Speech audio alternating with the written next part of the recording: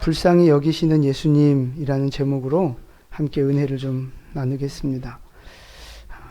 오늘 말씀 보시면 이제 예수님께서 쭉 사역하시는 모습들이 기적을 베푸시는 모습들이 나오고 있는데, 예수님이 주로 사역하신 데가 어디냐 하면 갈릴리 지역입니다. 그러니까 이제 예루살렘, 이스라엘이 크게 예루살렘 중심의 사역과 갈릴리 중심의 사역이 있는데, 지금까지 우리가 쭉 살펴본 말씀은 갈릴리 중심의 그 사역을 우리가 지금 살펴보고 있는 거예요. 갈릴리 지역에서 예수님이 무슨 사역을 하셨습니까? 가르치시고 전파하시고 고치시는 사역을 하셨어요. 그게 우리가 읽었던 35절 말씀인데요. 우리 35절 다시 한번 봉독합니다. 예수께서 모든 도시와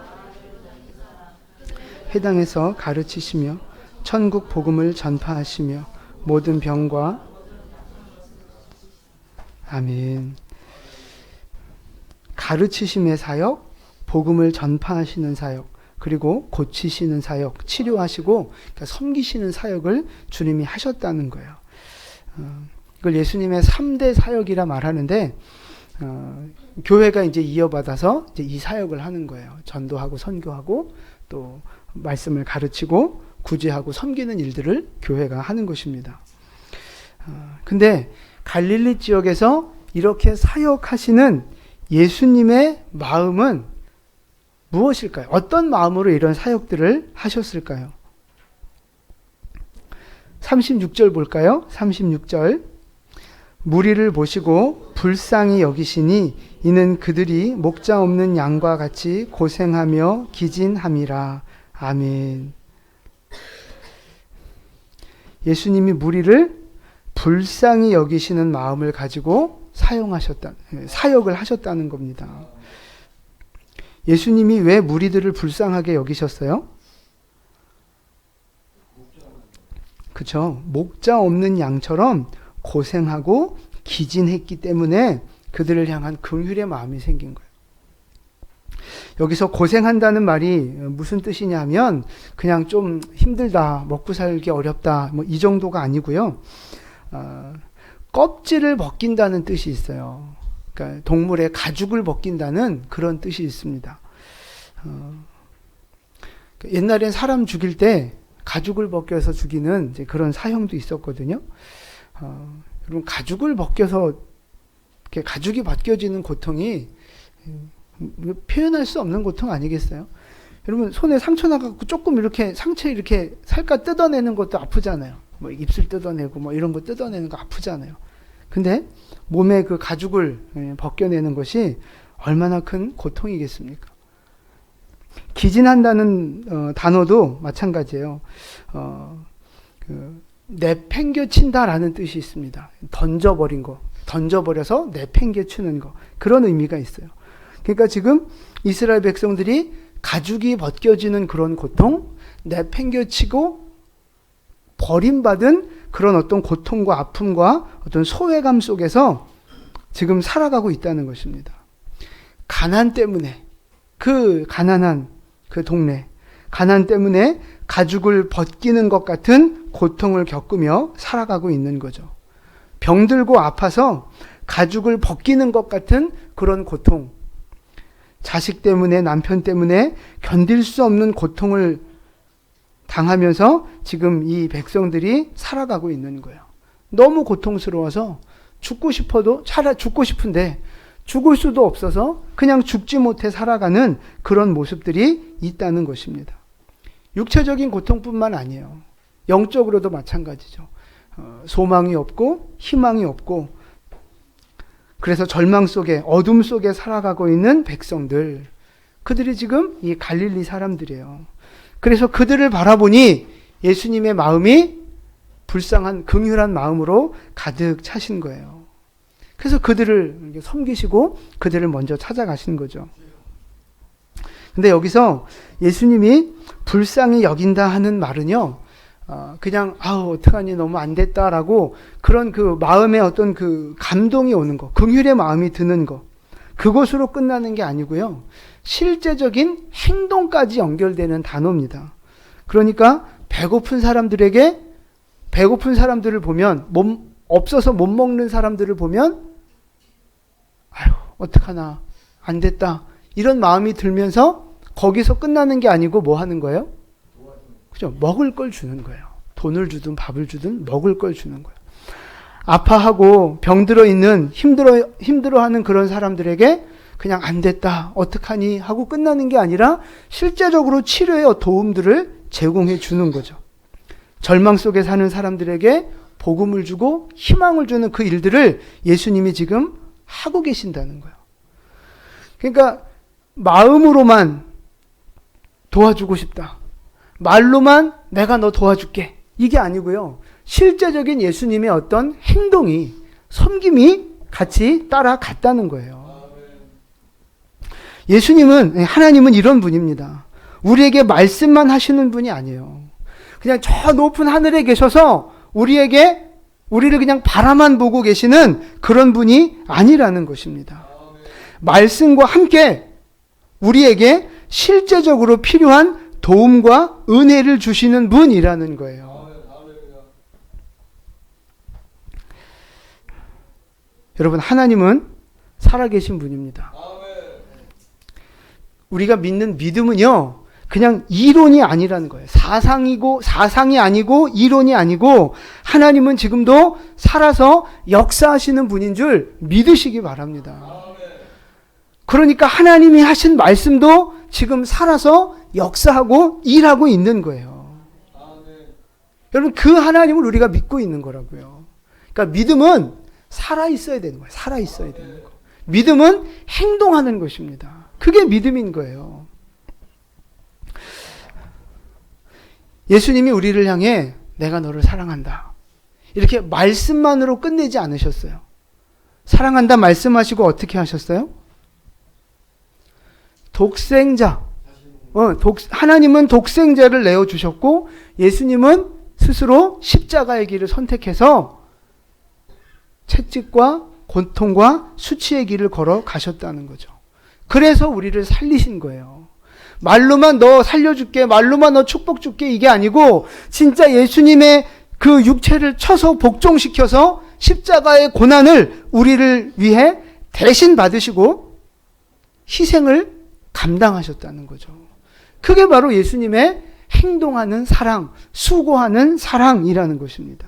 그게 진짜 사랑이죠. 믿음도 마찬가지예요. 나 하나님 믿습니다. 고백하고 마음에도 하나님에 대한 믿음이 있어요. 그걸로 끝이냐? 아니라는 거죠. 진짜 믿는다면 뭐가 따라가야 돼요? 행동이 따라가야 되는 거예요. 믿음에 대한 행동, 믿음에 대한 반응, 그게 있어야 그게 진짜 믿음이죠. 하나님 우리를 향한 사랑도 마찬가지고 우리가 주님 앞에 반응하는 믿음도 마찬가지고 말과 이론으로 끝나는 게 아니라는 말입니다. 하나님은 실제 행동하셨기에 우리의 믿음의 반응도 실제 주님 앞에 결단하고 행동하는 헌신과 희생들이 있어야 한다는 것입니다. 우리에게 그런 믿음이 있기를 바랍니다.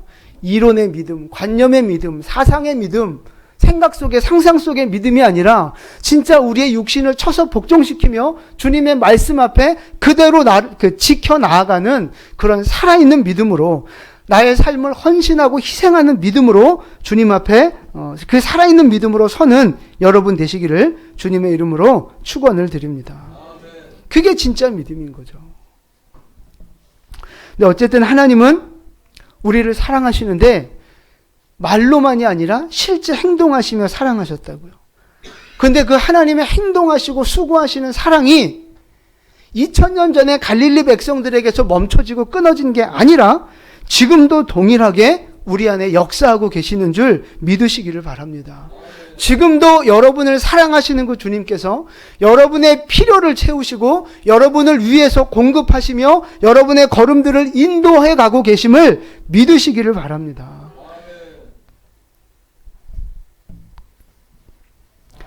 우리가 살기 위해서 필요한 게 뭐예요? 먹는 거, 입는 거, 돈 필요하잖아요? 우리가 살아갈 때 반드시 필요한 것들이에요. 근데 우리가 이게 필요하다는 사실을 하나님이 아세요, 모르세요? 아시죠. 우리의 육체를 만드신 분이 하나님이기에 우리가 무엇이 필요한지도 주님이 다 아신다는 거예요. 마태복음 6장으로 한번 가볼까요? 마태복음 6장 32절을 한번 보세요. 32절. 31절 보시면 염려하여 이르기를 무엇을 먹을까 마실까 입을까 걱정하는 모습이 나와요. 그거에 대한 답변입니다. 32절. 이는 다 이방인들이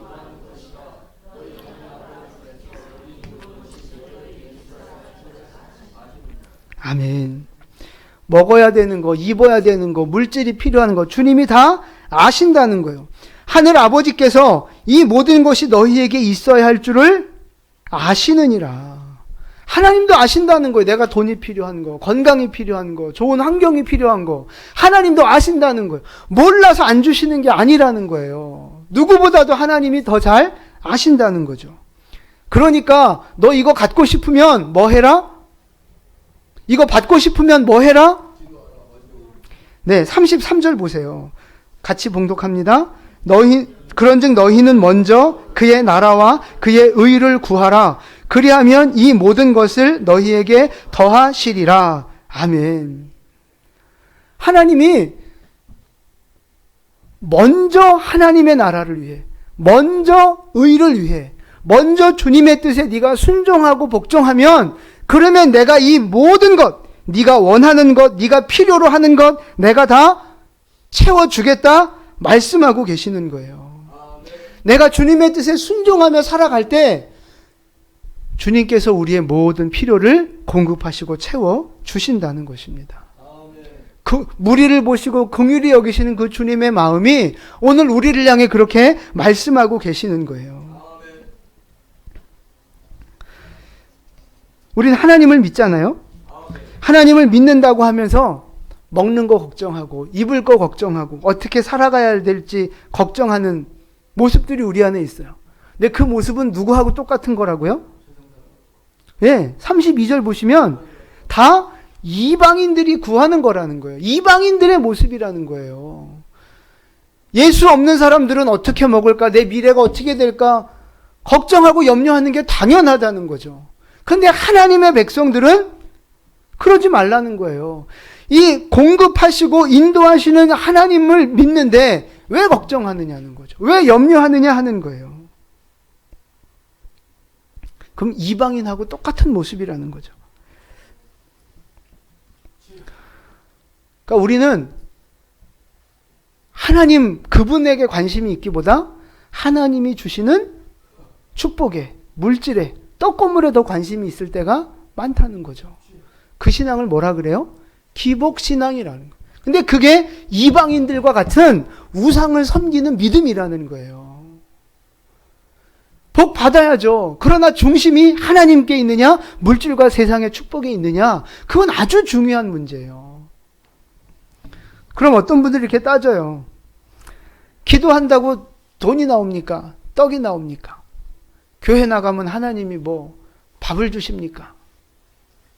그렇게 따지는 분들이 있어요. 여러분, 기도하면 돈이 나와요? 밥이 나와요? 나와요. 지금 그 얘기 하는 거예요. 기도하면 돈도 나오고 떡도 나오고 밥도 나오고. 안 믿으시네.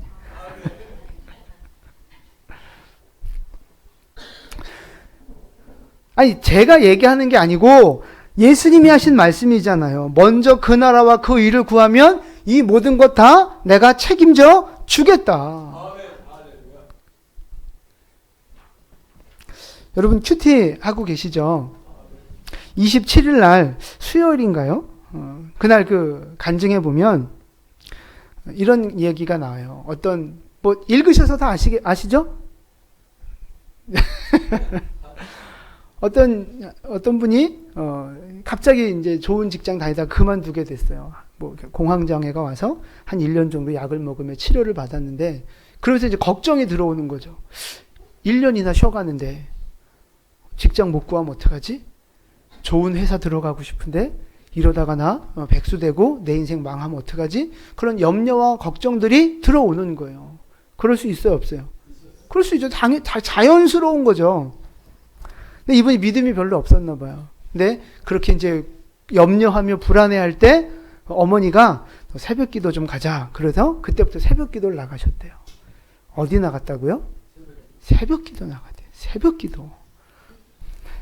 새벽 기도 나왔다니까요. 근데 이분이 이제 처음에 새벽 기도 나가서 그렇게 기도했다는 거예요. 하나님, 이 상황이 너무 답답합니다. 너무 힘들어서 못 살겠습니다. 빨리 이 상황을 좀 해결해 주시고 큰 직장, 평생 걱정 안 할 수 있는 그런 좋은 직장 주십시오. 라고 기도했다는 거예요. 뭐 이해가 되죠? 근데 이 기도가 지금 누구 중심의 기도예요? 나 중심. 나 편하고 싶다. 나 복 받고 싶다. 나 잘되게 해달라. 그 기도하는 거예요. 근데 이분이 새벽 기도에 나와서 기도를 하다가 믿음이 생기기 시작한 거예요. 믿음이. 그래서 나중에 이제 처음엔 그렇게 기도했다가 기도가 어떻게 바뀌었냐면 하나님, 주일 성수할 수 있는 직장, 목장 모임에 나올 수 있는 직장이면 어디라도 가겠습니다. 이렇게 기도가 바뀐 거예요. 그러니까 자기 중심의 믿음에서 하나님 중심의 믿음으로 이게 업그레이드가 되고 변화가 된 거예요. 이분이 좋은 직장에 취직했겠어요? 못했겠어요? 네. 믿음대로 될 겁니다. 이분이 외국계 회사에 지원을 했어요. 외국계 회사 그러면 괜찮은 데잖아요. 좋은 데잖아요. 어딘지 모르지만 서류 면접에 합격을 해서 이제 그 면접을 보라고 연락이 왔는데 한 달에 걸쳐서 4번 심층 면접을 보는 거래요. 근데 이분은 아는 거죠. 이거 자기 실력과 능력으로 갈 수 없는 곳이라는 걸 아는 거예요. 그래서 갈 때마다 기도했대요. 하나님, 제가 할 수 없습니다. 지혜를 주시고 동행해 주시고 주님 은혜를 주십시오. 기도했다는 거예요. 갈 때마다. 근데 가서 이제 딱 면접을 하는데 어려운 거예요. 질문이. 그러니까 어떨 때는 이렇게 질문하고 다른 엉뚱한 대답을 할 때도 있고 또 어떨 때는 뭐 이렇게 나름대로 뭐 이렇게 좀 대답을 잘 하기도 했는데 그분이 그러는 거예요. 주일날 목사님한테 들은 말씀들 그리고 목장에서 나눌 때 이렇게 교회에서 쓰는 그 은혜롭고 사랑스럽고 따뜻한 용어들이 있잖아요. 이제 뭐 그런 용어들을 써서 이제 이렇게 지혜롭게 나름대로는 대답을 했다는 거죠. 근데 하여튼 어떤 문제는 엉뚱한 대답도 하고 그리고 이제 중요한 게 그 이제 그룹 토의를 한 거예요. 지원자들끼리 그룹 토의. 근데 그 지원자들이 다 명문대 출신이고 그 직종에 아주 전문적인 그 경험들을 가지고 있는 그런 사람들이 오는 거예요. 그 틈에 끼어서 그룹 토의를 하는 거예요. 이분이 잘했겠어요? 한마디도 못하고 있다가 뭐 그냥 어떻게 한마디 툭 던지고 그게 끝났대요. 이분이 붙었겠어요? 떨어졌겠어요? 믿음대로 됩니다.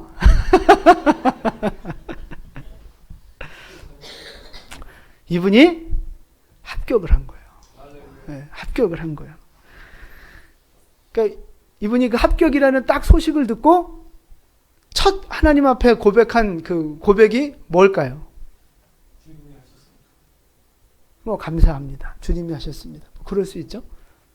이분이 첫 고백이 뭐냐면 하나님 그동안 정말 죄송했습니다. 그렇게 고백했다는 거예요. 아니 그동안 정말 죄송했습니다. 무슨 말이에요? 자기가 얼마나 염려하고 불안해하고 걱정했는지 자기 믿음의 실체를 본 거예요. 하나님이 인도하시고 도우시는 걸 믿지 못하고 그렇게 막 인간적인 모습으로 애썼던 것이 깨달아진 거죠. 아, 이건 내가 한 게 아니라 하나님이 하셨구나. 그걸 깨닫게 된 거예요.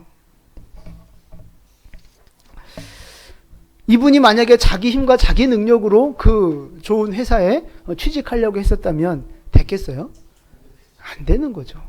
고생하는 거예요, 더. 근데 하나님을 의지하고 믿음으로 하나님 앞에 그 겸손하게 나아가니까 하나님이 역사하시는 거예요. 기도하니까 떡이 나와요, 안 나와요? 돈이 나와요, 안 나와요? 나오잖아요. 제 얘기를 잠깐 드리면, 이제 제가 이제 모교회로 섬기는 교회에서 제가 개척하기 몇 년 전에 재정 세미나를 했어요. 혹시 기억나셔요? 거기서 계신 분들? 필리핀 목사님이 오셔서 재정 세미나를 했어요. 근데 이제 그때 하여튼 마음에 감동이 좀 있어서, 내 전 재산을 주님 앞에 이렇게 드린 적이 있어요. 그 전 재산이 얼마인 줄 아세요? 제가 갖고 있던 현금 전 재산 90만 원. 전 재산 90만 원을 찾아서 하나님 앞에 드렸어요. 그러면서 이제 제가 집에 대한 기도를 했어요. 집. 왜냐면 그때 이제 저희 집이 보증금 5천에 좀 부족해가지고 이제 월세 20만 원씩인가 이제 이렇게 하면서 얹혀 살고 있었어요. 근데 3천은 대출이고 1,000만 원은 이제 저희 아버님이 이제 빌려주신 거고, 그분도 대출을 받아서 빌려주신 거고. 하여튼 1,000만 원은 이게 좀 시간이 좀 긴데 하여튼 이것도 기적이에요. 하여튼 집 계약을 해놨어요. 제가 토요일 날 올라왔어요. 지방에 있다 토요일 날 올라와서 주일 예배 드리고 월요일 날 마지막 잔금 결제하고 최종 이제 이렇게 계약하는 날이에요. 근데 대출 3천만 원은 나왔는데 1,000만 원 아버지가 주셨는데 1,000만 원이 없는 거예요. 1,000만 원이. 1,000만 원을 하루아침에 어디서 구해요? 그날 제가 이제 처갓집에서 토요일 날 밤에 미리 올라와가지고 이제 잠을 자는데, 제 잠을 제대로 잤겠어요? 1,000만 원 요거 내일 모레까지 못 구하면, 오전에 만나기로 약속했는데 그거 못 구하면 나머지 4천 다 날리는 거예요. 어떻게 해야 돼요? 잠이 오겠어요? 네, 40년 살면서 그렇게 괴롭고 긴 밤은 처음이었어요. 자는 건지 깬 건지 하여튼 하도 마음이 무거워서 막 자다가 악몽 꾸도 벌떡 일어나고 막 이 몇 번을 그랬는지 몰라요. 얼마나 내 마음에 심적인 부담이 있었는지. 근데 그 다음날 이제 주일날 예배를 드리고 이제 교회 인사하고 이제 처음 부임하는 날이거든요. 그날이. 인사를 했는데 저녁에 그 1,000만 원이 생겼어요. 하여튼 이제 그건 나중에 또 자세하게 말씀드릴 텐데. 그래서 이제 5천만 원 만들어서 이제 계약을 했죠. 근데 이제 그게 싫은 거예요. 달달이 20만 원씩 월세 내가며 또 이제 2년마다 이사 다니고. 그게 싫어서 하나님 앞에 이제 그 기도를 한 거예요. 근데 저는 이렇게 전 재산을 드렸으니까 하나님이 다음 달 아니면 그 다음 달쯤 되면 하나님 뭔가 짠하고 멋진 일을 행하실 거라는 기대감이 있었어요. 무슨 일이 생겼겠어요? 안 생겼겠어요? 어떻게 아셔요, 그렇게? 아무 일도 안 생기고 여전히 월세는 내고 있고 힘든 거예요. 근데 몇 달 있다가 연락이 왔어요. 50평짜리 집이 비었으니 그 집에 와서 살으라는 거예요. 할렐루야. 드디어 하나님 응답하셨다고. 50평짜리 집에 들어가서 그냥 살았어요. 보증금이고 월세고 아무것도 없이. 관리비만 내고 사는 거예요. 근데 그 집주인이 그랬어요. 자기는 한 달이나 있다가 외국으로 갈 거니까 그동안만 같이 살고 나머지는 이제 우리 보고 이제 알아서 살으라는 거죠. 이제 들어갔죠. 근데 이분이 한 달이 돼도 안 나가고 2달이 돼도 안 나가고 6개월이 지나도 안 나가고 계속 안 나가는 거예요. 그러니까 한 지붕 안에서 두 가정이 지금 살고 있는 두 가정이. 그리고 이제 50평 관리비를 내야 되잖아요. 50평 관리비 꽤 비싸요. 그래서 한겨울에 관리비 좀 아끼려고 거실 보일러를 완전히 꺼버렸어요. 우리 자는 방에만 틀어놨어요. 그랬더니 거실 온도가 6도? 조금 따뜻하면 8도? 이제 이렇게 한겨울에 그렇게 올라가더라고요. 큰 집에서 하여튼 저는 그냥 그런 대로 그냥 이게 살만한데 이제 우리 사모님이랑 애들이랑 이제 너무 이제 힘들어 하는 거죠. 하나님, 난 내 전 재산 90만 원밖에 안 되지만 내 전 재산을 다 드렸는데 이 집 문제가 좀 해결이 됐으면 좋겠습니다. 그런 마음이 있었는데 1년 안 됐죠. 1년 안 됐는데 하여튼 집을 샀어요. 돈 한 푼도 없이 아파트를 사서 거기 들어가게 됐어요. 내 돈 안 들이고 아파트를 샀어요. 궁금하시죠? 어떻게 했는지? 500원 내시면 그 다음 얘기 해드리겠습니다. 근데 그게 1억 4천, 하여튼 뭐 1억 5천 좀 안 되는 돈으로 샀는데 제가 그 집을 팔 때 1억 9천인가에 팔았어요. 그러니까 한 5,500 정도가 남았고, 뭐 세금 내고 돈 벌었다고 또 세금 내래요? 그래서 이제 세금 냈더니 한 5천만 원 정도가 남았던 것 같아요.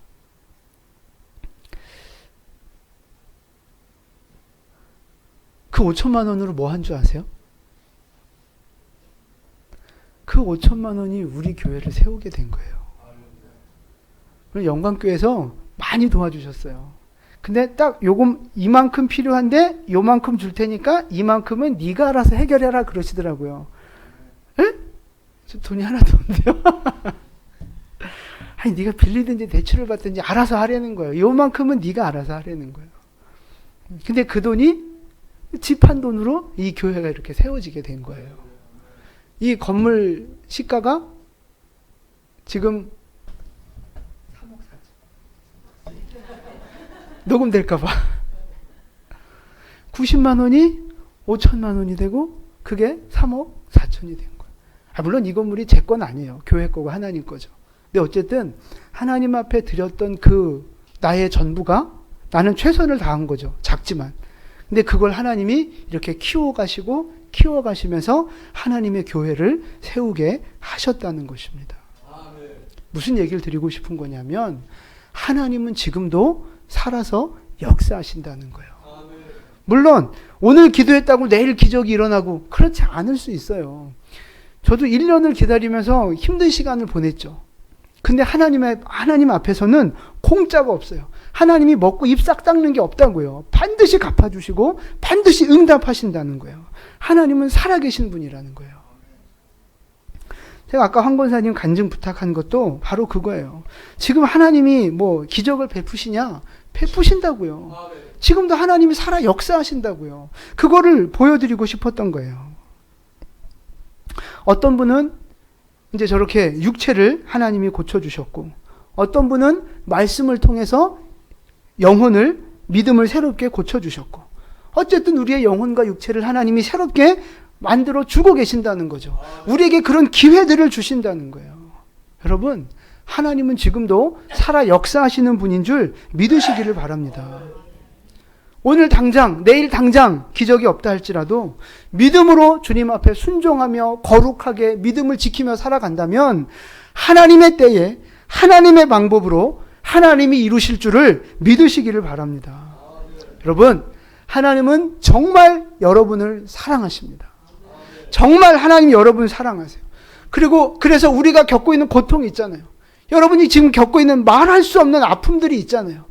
물질의 문제, 가정의 문제, 뭐 어떤 미래에 대한 문제들. 하나님이 우리가 얼마나 힘든지를 아시고 보시고 우리를 향해 긍휼의 마음을 갖고 계신다는 거예요. 긍휼의 마음이 끝이 아니고 우리의 실제적인 필요를 채우시기 위해서 주님이 일하고 계신다는 거예요. 우리는 뭐 하라고요? 기도하며 그의 나라와 그의 의를 구할 때 하나님의 영광을 보게 될 것입니다. 하나님의 기적을 보게 될 것입니다. 그 축복의 주인공 되시기를 주님의 이름으로 축원을 드립니다. 아멘. 두 번째 말씀입니다. 36절 보시면 예수님이 보실 때 이스라엘 백성들의 모습이 어땠다는 거예요? 목자 없는 양처럼 고생하며 기진했다는 거예요. 여러분, 그 양에게 목자가 없으면 그 양은 어떻게 돼요? 죽는 거예요. 고생하다가 길을 잃고 뭐 굶든지 맹수들의 공격을 받든지 고생하다가 죽는 겁니다.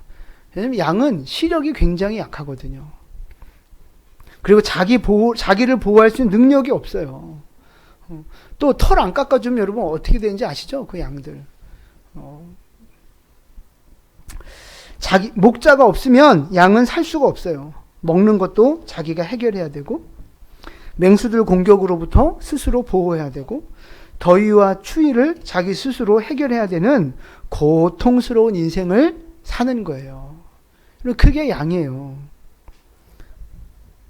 근데 자기 스스로 그걸 해결할 수 있는 능력이 있어요? 없다니까요. 그러니까 고생하는 거예요. 굶어야 되고 공격당해야 되고 방황해야 되고.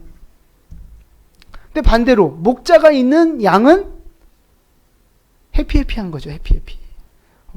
목자가 먹여주고 목자가 인도해주고 목자가 보호해주고. 목자가 있는 양이 좋아요? 없는 양이 좋아요? 네, 우리는 다 목자가 있는 양입니다. 네. 네. 우리는 누구예요? 양이에요, 양. 그러니까 목자 없이는 살 수 없어요. 여러분, 우리가 예수 없이, 예수님이 목자인데 예수 없이 살 수 있어요? 없어요. 육은 살 수 있어요, 육은. 먹고 살아가는, 밥 먹고 살아가는 우리의 육은 예수 없어도 살 수 있어요. 그런데 예수 없이 영생을 누릴 수 있습니까? 예수 없이 하나님의 은혜와 평강과 하늘의 복과 기적을 경험할 수 있습니까? 없는 거예요. 예수 없이는 우리는 본질적으로 살아갈 수 없는 존재라고요. 예수 안에 있을 때, 목자 되시는 주님의 품 안에 있고 주님을 따라갈 때만 우리가 육신의 축복뿐만 아니라 영적인 축복도 함께 누리게 됨을 믿으시기를 바랍니다. 우리에게 목자가 있어요? 없어요? 있습니다. 예수님이 우리의 목자세요. 그냥 목자가 아니고 무슨 목자? 선한 목자인 거예요. 마태복음 23장 함께 봉독합니다. 여호와는 나의 목자시니 내게 부족함이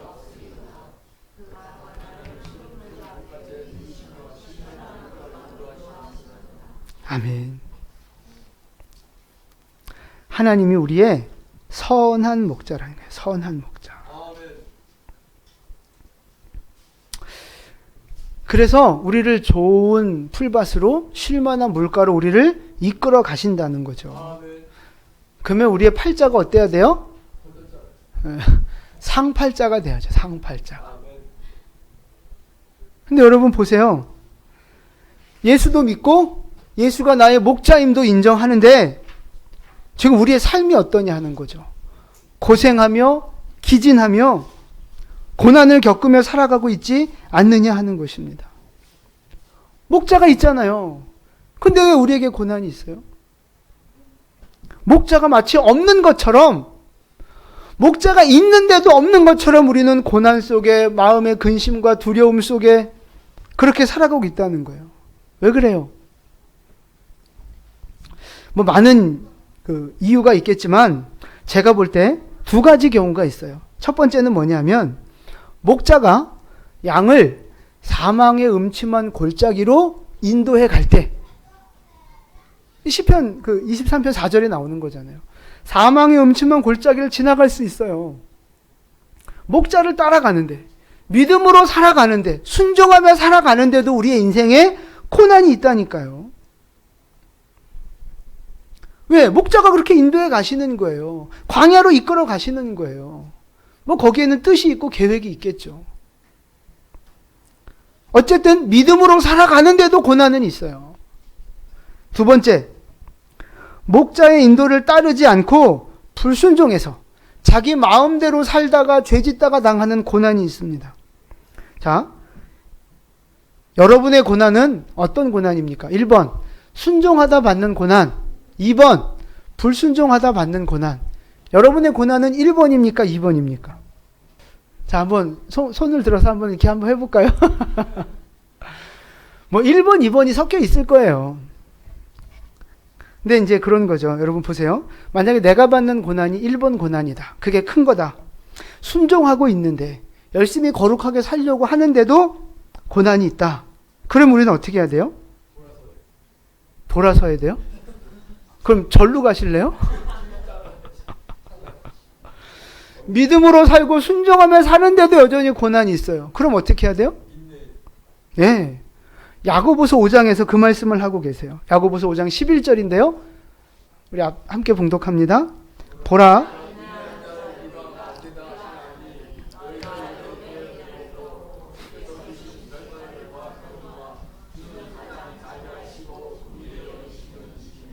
아멘. 인내하라는 거예요. 내가 지금 믿음의 길을 가고 있다면, 내가 지금 걸어가고 있는 방향이 맞다면, 고난이 오고 어려움이 와도 내 뜻대로 되지 않아도 인내하며 기다리라는 거예요. 그러면서 하시는 말씀이 너희가 욥을 보지 않았느냐. 욥이 얼마나 거룩했어요. 얼마나 경건했어요. 그렇지만 고난을 받았잖아요. 견딜 수 없는 고난을 받았잖아요. 근데 중요한 건 그 끝이 뭐예요?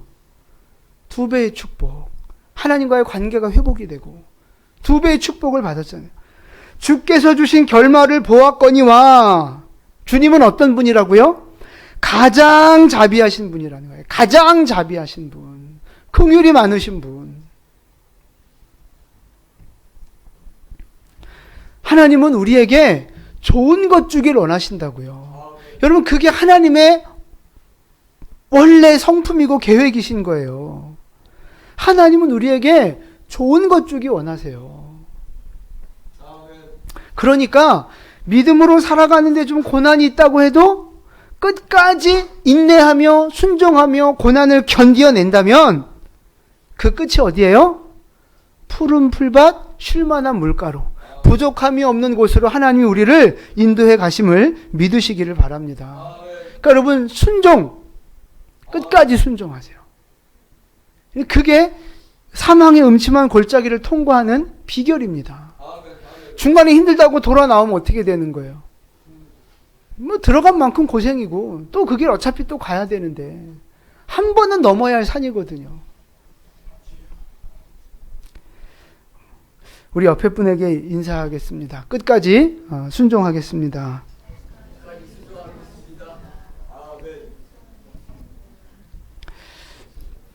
자, 2번.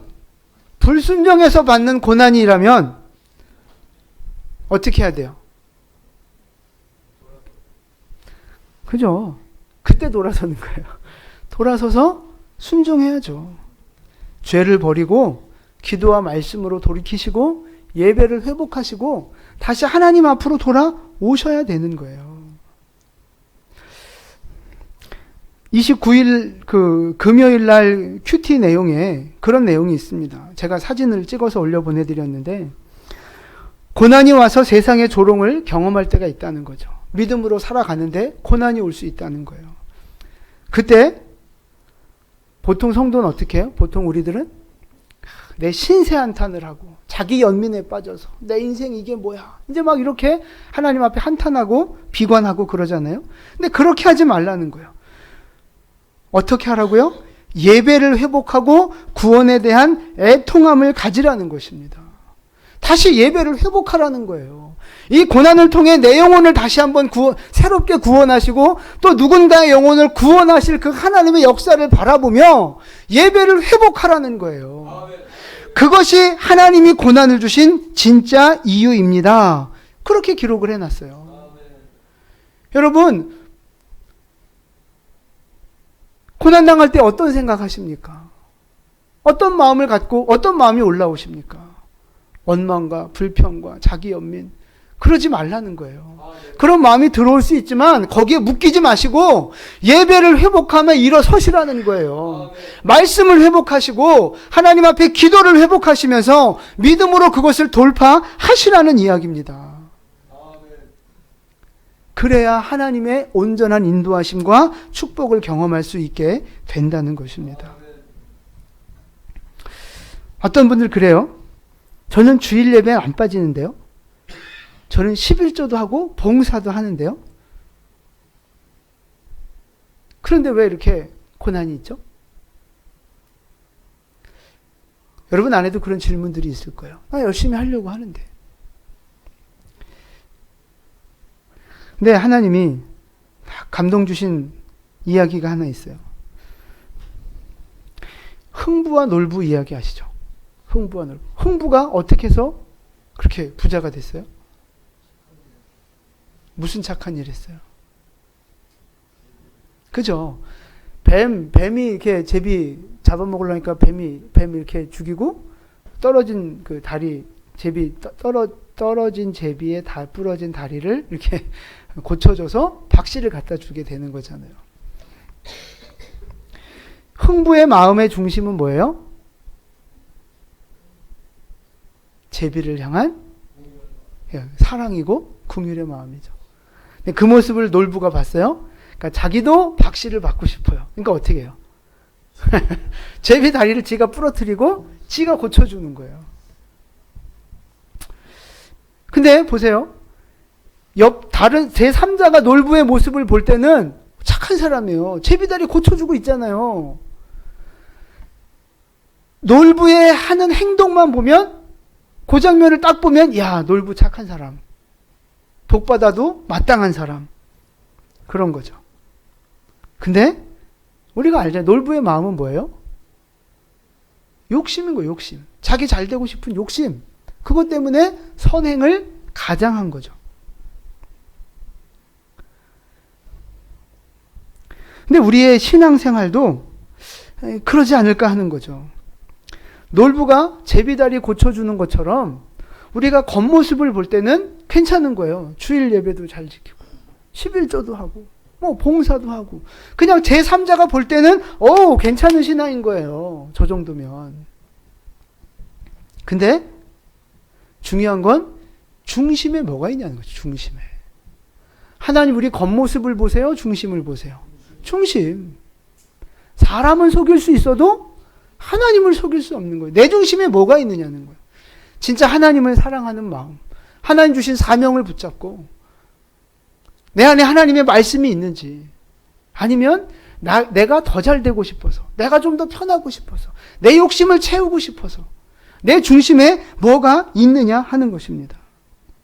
우리는 얼마든지 욕심과 이기심과 나쁜 마음을 가지고도 겉모습은 착하게 선하게 포장할 수 있다고요. 믿음이 있는 척, 순종하는 척. 근데 진짜 중요한 건 내 마음으로 하나님을 따라가고 있느냐 하는 거죠.